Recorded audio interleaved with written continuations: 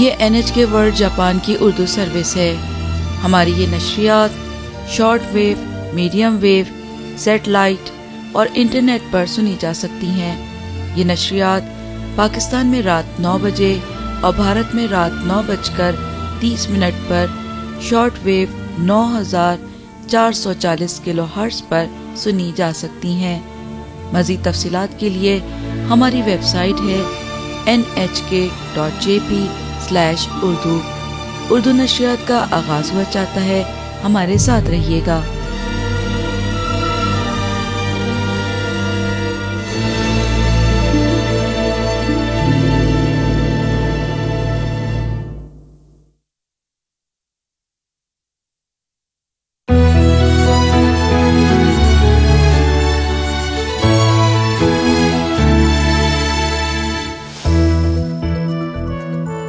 السلام علیکم۔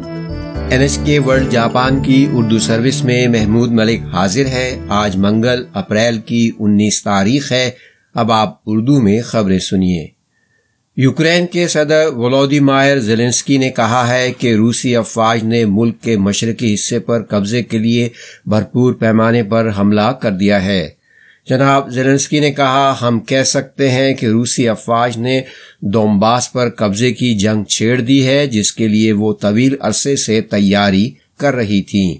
پوری روسی فوج کا کافی بڑا حصہ اس حملے میں شریک ہے۔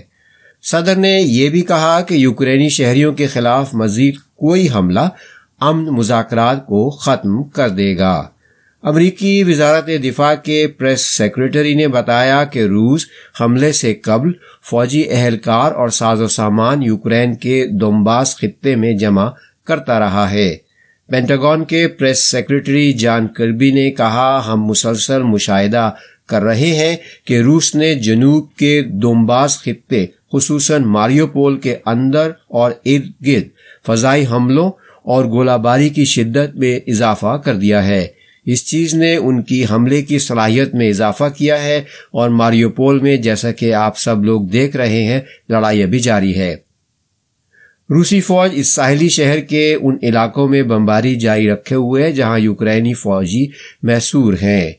یوکرین نیشنل گارڈز کی آزوف بٹالین کے ارکان نے ایک بڑے اسٹیل پلانٹ میں مستقل مورچہ بندی کر رکھی ہے۔ ان کے ایک کمانڈر نے بتایا ہے کہ روسی فوج نے ان کے خلاف بنکر تباہ کرنے والا اسلحے کا استعمال شروع کیا ہے۔ ماریوپول کی شہری کونسل کے عہدیداران نے بتایا کہ 1000 سے زائد شہریوں نے کونسل کی عمارت کے تہخانے میں پناہ حاصل کی ہے۔ ان کے مطابق ان میں زیادہ تر بوڑھے افراد، خواتین اور بچے ہیں۔ حکومت جاپان یوکرین پر روسی حملے کے باعث ارد گرد کے ممالک میں پناہ لینے والے پناہ گزینوں کو امدادی سامان پہنچانے کے لیے فضائی سیل ڈیفنس فورس یعنی SDF کے طیارے استعمال کرنے کی منصوبہ بندی کر رہی ہے۔ منصوبے کا خاکہ مرکزی حکمران جماعت لبرل ڈیموکریٹک پارٹی کے منگل کے روز ہوئے ایک اجلاس میں تشکیل دیا گیا۔ اقوام متحدہ کے ہائی کمشنر برائے مہاجرین UNHCR کے دفتر نے ان مہاجرین کو امدادی اشیاء کی فراہمی کی درخواست کی ہے۔ UNHCR کا کہنا ہے کہ یوکرین سے پڑوسی ممالک ہجرت کرنے والوں کی تعداد 49 لاکھ سے متجاوز ہے۔ ان ممالک کو اب مہاجرین کے لیے امدادی اشیاء کی فراہمی میں قلت کا سامنا ہے۔ منصوبے کے تحت C-2 ٹرانسپورٹ طیارے یا فضائی سیل ڈیفنس فورس کے دیگر طیارے اپریل کے اواخر سے ہفتے میں ایک بار امداد کی فراہمی کے لیے تعینات کیے جائیں گے۔ ان کی کل تقریباً 10 پروازیں ہوں گی۔ یہ طیارے بھارت اور متحدہ عرب امارات میں ذخیرہ شدہ کمبل اور دیگر امدادی سامان پولینڈ اور رومانیہ پہنچائیں گے۔ یہ پروازیں جاپان کے بین الاقوامی تعاون برائے امن کے قانون کے تحت انسانی ہمدردی کی بنیادوں پر چلائی جائیں گی۔ اس قانون کے تحت SDF کی پروازیں چلانے کا یہ چھٹا موقع ہوگا۔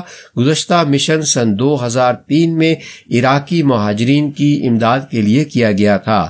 حکومت کو اس منصوبے کے لیے کابینہ سے فوری منظوری مل جانے کی توقع ہے۔ جاپانی ین کی قدر ڈالر کے خلاف 128 ین سے بھی نیچے گر کر اب تک تقریباً 20 سال کی کم ترین سطح پر پہنچ گئی ہے۔ टोक्यो में मंगल के रोज येन डॉलर के मुकाबले में गिरकर 128 येन से नीचे चला गया। ये सतह मई 2002 के बाद नहीं देखी गई थी। सरमायाकारों ने इस तवक्को पर डॉलर खरीदे और येन फरोख्त किए कि फेडरल रिजर्व पॉलिसी ज़र को मजीद सख्त कर देगा। इससे अमेरिका और जापान के दरमियान शरह सूद का फर्क बहुत बढ़ जाएगा, जिसका मरकजी बैंक आसानी ज़र पर साबित कदम है। मंडी ज़राए ने इस ख्याल की निशानदेही की है कि डॉलर की खरीदारी में अब मजीद तेजी आ जाएगी, क्योंकि खाम तेल की कीमतों में एक बार फिर इजाफे का रुझान है। उनका कहना है कि ये येन की कदर में कमी का एक और उनसर है।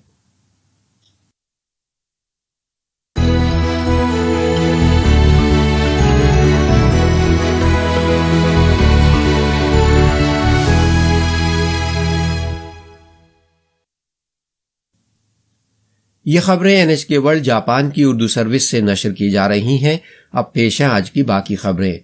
जापान की वजारत सेहत ने अमरीकी अद्वियात साज कंपनी नोवावैक्स की तैयार करदा कोरोना वायरस वैक्सीन की 18 साल या इससे जायद उम्र के लोगों के लिए इस्तेमाल करने की मंगल के रोज बाज़ाब्ता मंजूरी दे दी है।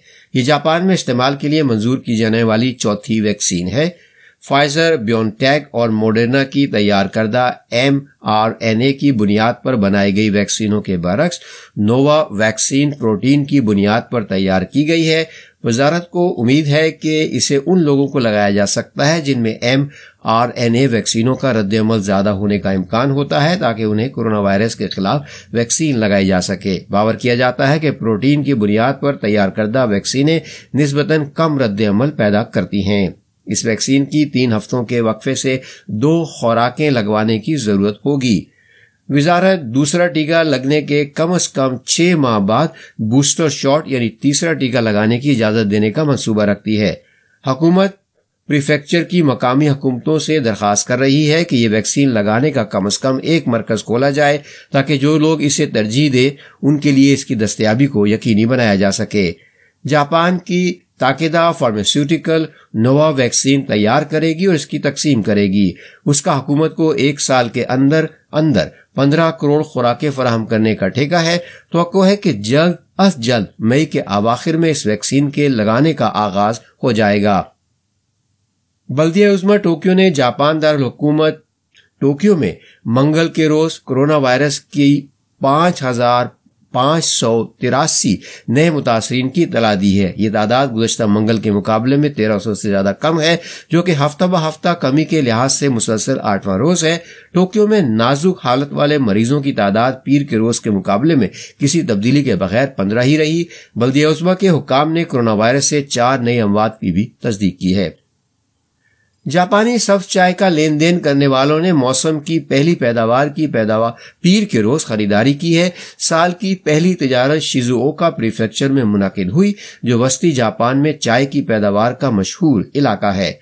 हाथों से मुस्ता की गई सब्ज चाय, जिसका ब्रांड नाम साय मिदोरी है, उसकी कीमत सबसे ज्यादा लगी, जो 19,68,000 येन या $15,400 फी किलोग्राम रही। ये एक रिकॉर्ड बुलंद कीमत है, जो कि गुज़श्ता रिकॉर्ड के मुकाबले में $4,460 से भी ज्यादा बुलंद है। इतवार के रोज की बारिश ने किसानों को सब्ज चाय के पत्तों की फसल को काटने से रोके रखा, जिसकी वजह से कीमतें मजीद बढ़ गईं। सब्ज चाय की पहली पैदावार की औसत कीमत तकरीबन $40 फी किलोग्राम रही, जो गुज़श्ता साल की निस्बत $6 से ज्यादा का इजाफा है। NHK वर्ल्ड जापान की उर्दू सर्विस से खबरें खत्म हुई। ये NHK वर्ल्ड जापान की उर्दू सर्विस है। ये नशरियात पाकिस्तान में रात 9 बजे और भारत में 9:30 पर शॉर्ट वेव 9440 किलोहर्ट्ज और शिमाली पाकिस्तान और अफगानिस्तान में पाकिस्तानी वक्त के मुताबिक रात 10 बजे से मीडियम वेव 927 किलोहर्ट्ज पर सुनी जा सकती हैं।